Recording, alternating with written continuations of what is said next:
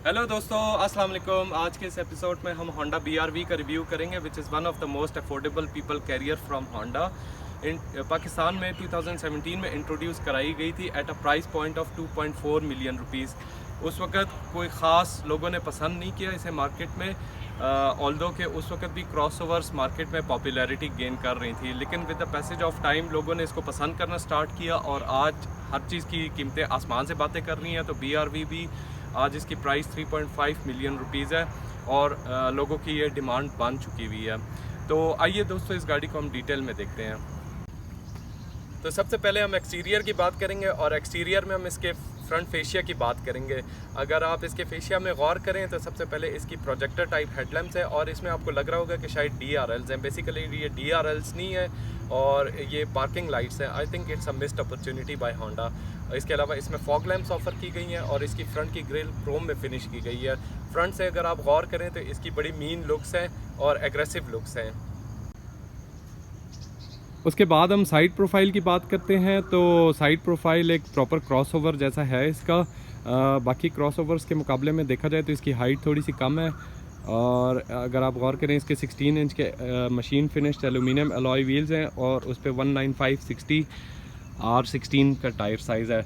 Normally ये BG लुक्सो के tyre के साथ ऑफ़र की जाती है। फैक्ट्री से लोग अक्सर चेंज करा लेते हैं। BG लुक्सो से लोगों को अक्सर कंप्लेन रहती है, लेकिन ये प्रोफाइल जो है इजीली अवेलेबल नहीं है मार्केट में।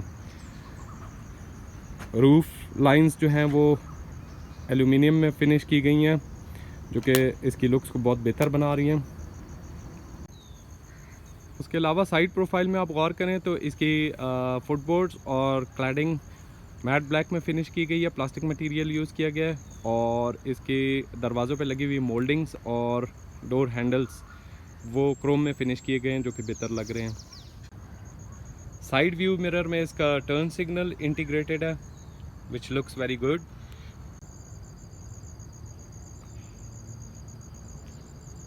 रेयर से अगर आप गाड़ी पे गौर करें तो लुक्स कोई बहुत ज़्यादा इम्प्रेसिव नहीं है, बहुत नॉमिनल सी लुक्स हैं इसकी।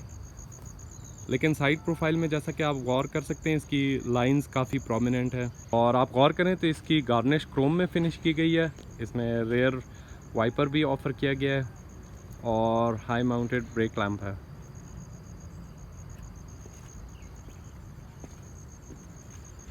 So that's all about the looks. अब हम गाड़ी के इंटीरियर को देख लेते हैं। गाड़ी को आप लॉक अनलॉक कर सकते हैं ये चाबी में इन बटन के ज़रिए, और या तो आप इसे चाबी से भी ऑपरेट कर सकते हैं। इसके अलावा इसके दरवाजे के हैंडल में किसी किस्म का कोई सेंसर वगैरह नहीं लगा हुआ। Power Windows, retractable adjustable side mirrors. आप गौर करें तो इसमें ज़्यादातर हार्ड प्लास्टिक मटेरियल का यूज़ किया गया है और इसके जो दरवाजे के हैंडल्स हैं सिल्वर में फिनिश्ड हैं, पेंट किए हुए, कोई बहुत अच्छी क्वालिटी की नहीं लग रहे। इसके अलावा इसमें एक पॉकेट है जहाँ पे आप अपनी पानी की बोतल और कुछ और सामान वगैरह स्टोर कर सकते हैं। ड्राइवर सीट में हाइट एडजस्टमेंट है और इसके स्टीयरिंग व्हील में सिर्फ टिल्ट की एडजस्टमेंट है, टेलीस्कोपिक एडजस्टमेंट नहीं है। और लेदर इंटीरियर ऑफ़र किया गया है। कहने को लेदर है, बेसिकली ये लेदर नहीं होता, लेदरॉइड होता है। कोई अच्छी क्वालिटी का नहीं है, इसको आप मेंटेन रखना काफ़ी ज़रूरी है, वरना बहुत जल्दी इसमें क्रैक्स आ जाते हैं। डैश का डिज़ाइन देखें तो ठीक है, अच्छा स्टाइलिश डैश है और स्टीयरिंग व्हील में आप देखें इसमें मल्टीमीडिया के कंट्रोल्स भी हैं। क्रूज़ कंट्रोल ऑफ़र नहीं किया गया इसमें। इस गाड़ी में एक ही एयर बैग ऑफ़र किया गया है जो कि इसके स्टीयरिंग व्हील में है और नए मॉडल में जो है 2 एयर बैग ऑफ़र किए गए हैं। उसके बाद हम इसका इंस्ट्रूमेंट क्लस्टर देख लेते हैं। सबसे पहले हम गाड़ी को स्टार्ट कर लेते हैं। इस गाड़ी में जो है पुराना मॉडल है, इसमें आप की के थ्रू इसको स्टार्ट करेंगे। नई वाले मॉडल में पुश बटन इग्निशन ऑफ़र किया गया है। लेफ़्ट साइड पे इसका रेफ काउंटर है जिसमें गियर सेलेक्टर इंडिकेटर है और सेंटर में इसका स्पीडोमीटर है। और राइट साइड पे एक छोटी सी स्क्रीन है जिसमें ऊपर आप सबसे ऊपर इंस्टेंटेनियस फ्यूल इकोनॉमी देख सकते हैं। उसके बाद जो सेंटर में डायल है उसमें सबसे ऊपर टाइम है, उसके बाद एवरेज है और ट्रिप मीटर ए है। और इस बटन के थ्रू आप सिलेक्शन कर सकते हैं ट्रिप मीटर बी, और एवरेज आप देख सकते हैं इसकी।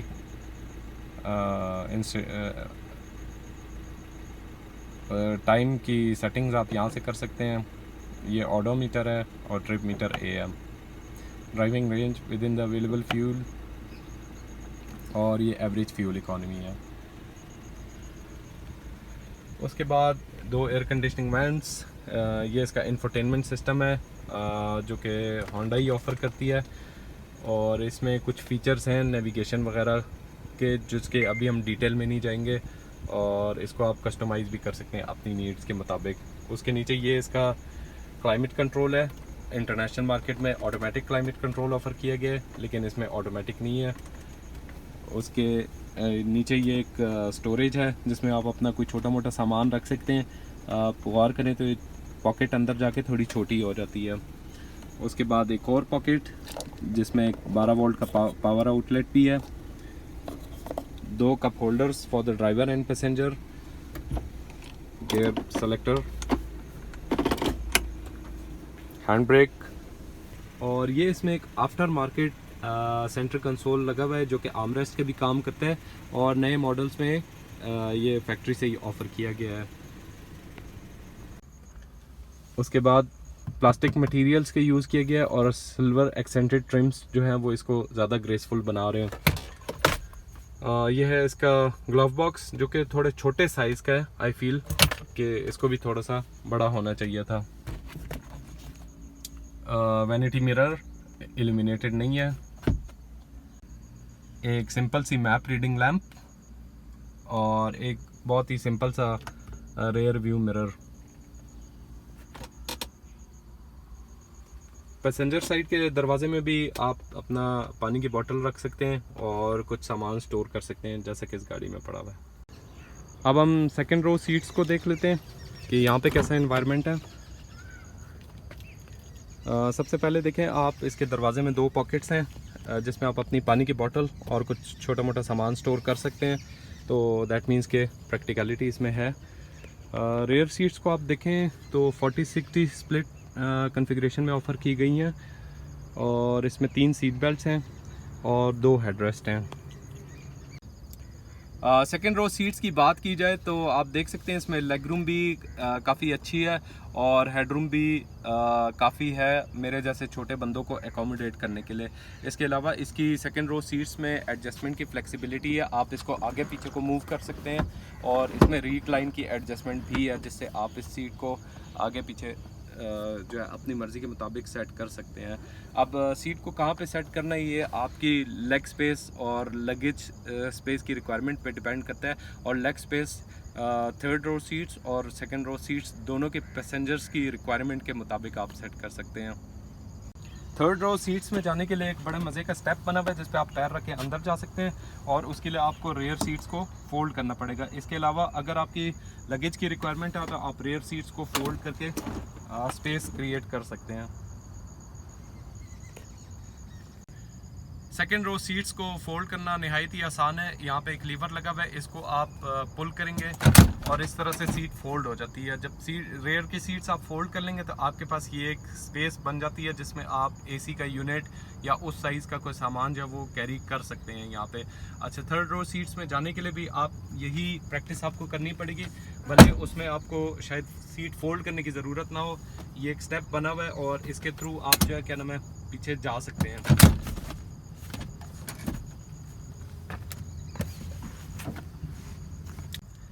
थर्ड रो सीट्स में आप देख सकते हैं कि लेग रूम और हेड रूम दोनों काफ़ी मुनासिब हैं और 2 बंदे यहाँ पे इजीली बैठ सकते हैं। इसके अलावा इसकी थर्ड रो सीट्स जो हैं वो आगे पीछे को तो नहीं मूव होती, लेकिन इसमें रिक्लाइन एडजस्टमेंट ज़रूर है, तो इसमें आप अपनी कंफर्ट के मुताबिक जो है सीट की पोजीशन को सेट कर सकते हैं। इसके अलावा इसमें 2 हेडरेस्ट लगे हुए हैं, 50-50 स्प्लिट में ऑफ़र की गई हैं, और इसमें 2 सीट बेल्ट्स भी हैं, और मैं ये मुनासिब समझता हूँ कि यहाँ पे 2 बच्चे इजीली बैठ सकते हैं। एक और अच्छा पॉइंट अगर आप नोट करें तो वो ये है कि रेयर की जो ये थर्ड रो सीट्स हैं ये थोड़ी सी एलिवेटेड पोजीशन में है, तो आपको एक थिएटर जैसा व्यू मिलता है यहाँ से, और इसके अलावा साइड पे 2 कप होल्डर्स हैं और 2 छोटी छोटी सी पॉकेट बनी हुई है, जिसमें मेरे एनालिसिस के मुताबिक सिर्फ आप इसके जो इंफोटेनमेंट सिस्टम का रिमोट है वो रख सकते हैं। इसमें कोई और चीज़ ऐसी नहीं आ सकती इन छोटी सी पॉकेट्स में। इसके अलावा एक और अच्छा फीचर इस गाड़ी में है, वो इसका एयर रीसर्कुलेशन सिस्टम है जो कि इसकी छत में लगा हुआ है। आप उसकी फ़ैन स्पीड को अपनी मर्ज़ी के मुताबिक सेट कर सकते हैं 3 डिफरेंट लेवल्स पे, और उसका फ़ायदा ये है कि हवा एयर कंडीशनिंग की हो या सर्दियों में हीटर की हो, वो रीसर्कुलेट होती है, तो आपके जो सेकंड और थर्ड रो सीट्स में बैठे हुए लोग होते हैं उनको एक प्लेजेंट एनवायरनमेंट मिल जाता है, जो कि एक बड़ी अच्छी बात है।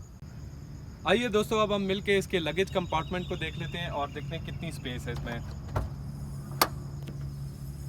अगर तो आप इस गाड़ी में 7 लोग ट्रैवल कर रहे हैं तो ये है लगेज स्पेस, जो कि मेरे ख्याल में एडिक्वेट है इस साइज़ की गाड़ी में, और आप इसमें अपना इजीली सामान स्टोर करके जा सकते हैं। इसमें एक जो होंडा ने स्मार्ट स्ट्रेटजी अपनाई है वो ये है कि इसका स्पेयर व्हील बॉडी के नीचे माउंट किया हुआ है, और स्पेयर व्हील को आप यहाँ से इस नट को खोल के रिलीज़ कर सकते हैं, बोल्ट को।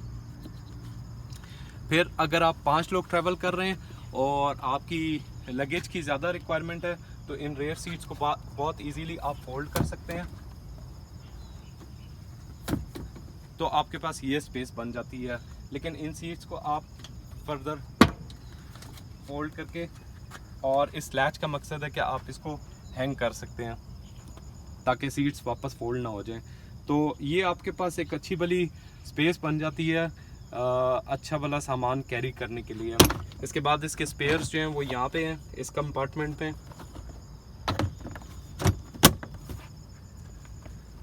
और सीट को वापस फोल्ड करना नहायत ही आसान है, जस्ट इसको आप पिकअप कर लें।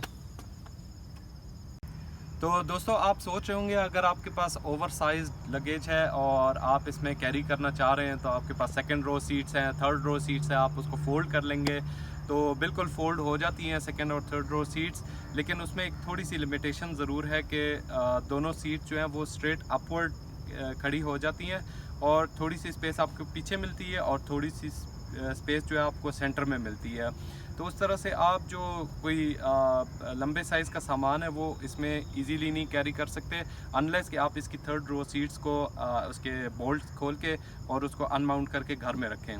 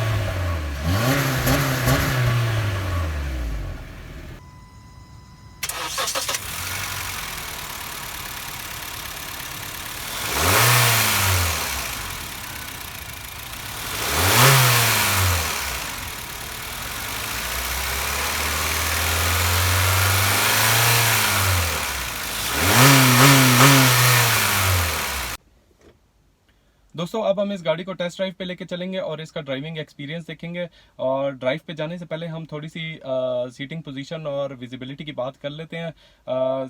इसकी जैसे कि मैंने आपको पहले बताया कि इसकी ड्राइवर सीट में हाइट एडजस्टमेंट है और स्टीयरिंग में सिर्फ टिल्ट की एडजस्टमेंट है, टेलीस्कोपिक एडजस्टमेंट नहीं है। और इसकी ड्राइवर सीट आगे पीछे को भी मूव हो सकती है, लेकिन एक मेरी ऑब्जर्वेशन ये कि ज़्यादा पीछे को नहीं मूव होती। और कंपेयर टू बाकी गाड़ियाँ इसकी सीट थोड़ी सी छोटी है और जो कि ज़्यादा कंफर्टेबल नहीं है, स्पेशली अगर आप लॉन्ग ड्राइव पे जाते हैं तो ये थका देती है थोड़ी सी बंदे को। उसके अलावा सीट इस वक्त फुली लोवर्ड पोजीशन में है मेरी, उसके बावजूद भी मुझे फील हो रहा है कि थोड़ी सी ऊंची है अभी भी सीटिंग पोजीशन। मैं चाहूँगा कि थोड़ी सी और नीचे होनी चाहिए, जो कि बहुत लोगों को शायद नहीं पसंद होती। विजिबिलिटी की बात करें तो फ्रंट और रेयर की विजिबिलिटी ठीक है, रेयर व्यू मिरर से भी आप पीछे की विजिबिलिटी देख सकते हैं, इवन कि अगर लास्ट सीट्स में भी 2 बंदे बैठे हुए हों। साइड व्यू मिरर से आप देखें तो तब भी विजिबिलिटी इसकी ठीक है। और अब हम इस गाड़ी को टेस्ट ड्राइव पे लेके चलते हैं। एक और मेरी ऑब्जर्वेशन ये, अगर आप इसको रिवर्स गियर में डालते हैं तो किसी किस्म का कोई अलार्म नहीं बजता, बीप नहीं है, आपको पता नहीं लगता कि अब गाड़ी रिवर्स गियर में जो है डल चुकी हुई है और रिवर्स होने वाली है। और ना ही इसके गियर सिलेक्टर में किसी किस्म की कोई लाइट है, रात को आपको पता नहीं लगता कि कौन सा गियर आपने सिलेक्ट किया हुआ है। ये एक शॉर्ट कमिंग है इस गाड़ी में। अच्छा, एक और मेरी ऑब्जर्वेशन उन लोगों के लिए स्पेशली जो कि बहुत ज़्यादा कैमरा पे डिपेंड करते हैं कि जैसे ही आप गाड़ी को स्टार्ट करेंगे एकदम से आप रिवर्स गियर लगा देंगे तो कैमरा इसका एकदम से नहीं ऑन होता, थोड़ा सा वो ऑन होने में टाइम लेता है। प्रॉबली शायद सॉफ्टवेयर लोड होने की वजह से है ऐसा। तो कोई ऐसे भाई जो कैमरा पे ज़्यादा डिपेंडेंट होते हैं तो उनको थोड़ा सा इस चीज़ का ख्याल रखना होगा।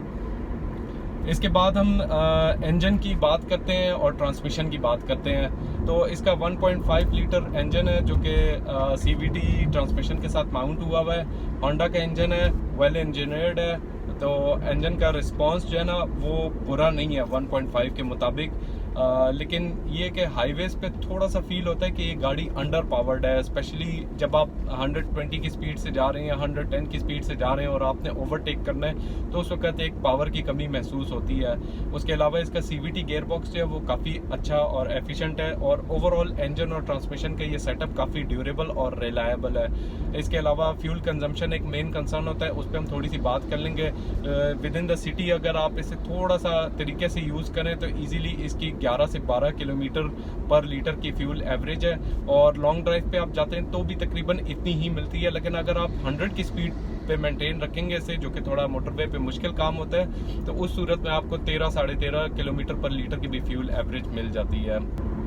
इसके बाद हम सस्पेंशन और कंफर्ट लेवल की बात करेंगे। कंफर्ट लेवल इस गाड़ी का कोई बहुत आला नहीं है जैसे कि नई क्रॉसओवर्स का है, मतलब जाहिर है मैं स्पॉटेज के साथ इसको नहीं कंपेयर करूंगा जिसका कंफर्ट लेवल इससे काफ़ी बेहतर है। लेकिन बहुत सारे लोगों की कंप्लेन है कि इसकी सस्पेंशन थोड़ी सी स्टिफ है, तो विच आई डोंट माइंड। मेरे ख्याल से इसकी थोड़ी सी स्टिफर साइड पे है, लेकिन हैंडलिंग के पार्ट से देखें, चूंकि होंडा ने डिज़ाइन किया हुआ है तो हैंडलिंग इसकी बुरी नहीं है। स्टीयरिंग का रिस्पांस काफ़ी अच्छा है। इसके अलावा इसमें इलेक्ट्रॉनिक पावर स्टीयरिंग है, लेकिन उसकी फील इतनी बुरी नहीं है जो कि नॉर्मली इलेक्ट्रॉनिक पावर स्टीयरिंग में होती है। कंफर्ट लेवल की कंटिन्यूएशन में हम बात करेंगे थोड़ी केबिन के अंदर के माहौल की। तो जब आप इस गाड़ी को ड्राइव कर रहे होते हैं तो रोड नॉइज़ जो है वो काफ़ी अंदर आ रही होती है, जैसे कि अभी भी आप सुन रहे होंगे। और उसके बाद अगर आप गाड़ी को ज़रा हार्ड एक्सेलरेट करते हैं तो आप सुन सकते हैं इंजन की सारी आवाज़ जो है वो केबिन के अंदर आ रही है। तो उस पॉइंट ऑफ व्यू से जो है इंसुलेशन इसकी कोई इतनी अच्छी नहीं है और सारा शोर जो है वो गाड़ी के अंदर आप सुन सकते हैं। मेरे ख्याल में इसकी इंसुलेशन को थोड़ा सा बेहतर बनाना चाहिए इनको। और उसके अलावा ABS ब्रेक्स हैं।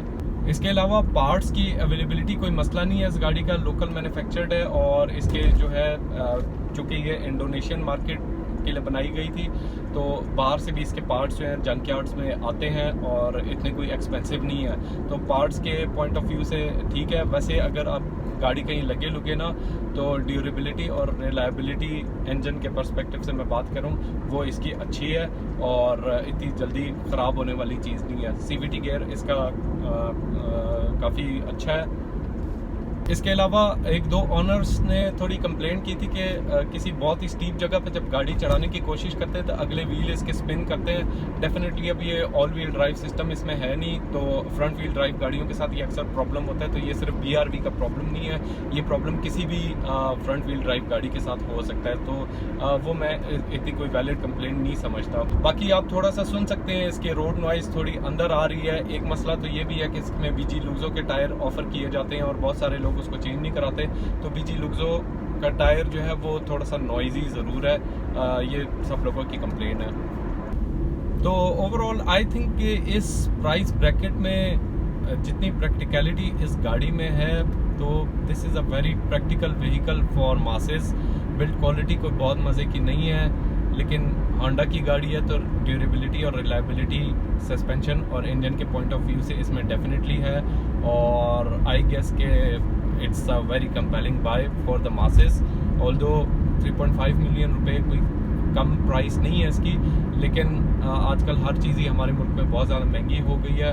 तो जिसकी इतनी रेंज है और उसकी 7 सीटर की रिक्वायरमेंट है तो उस पॉइंट ऑफ व्यू से ये एक बहुत प्रैक्टिकल गाड़ी है, रिलायबल है, ईजी टू लिव विद। तो दोस्तों ये था एक ब्रीफ सा रिव्यू होंडा BR-V का।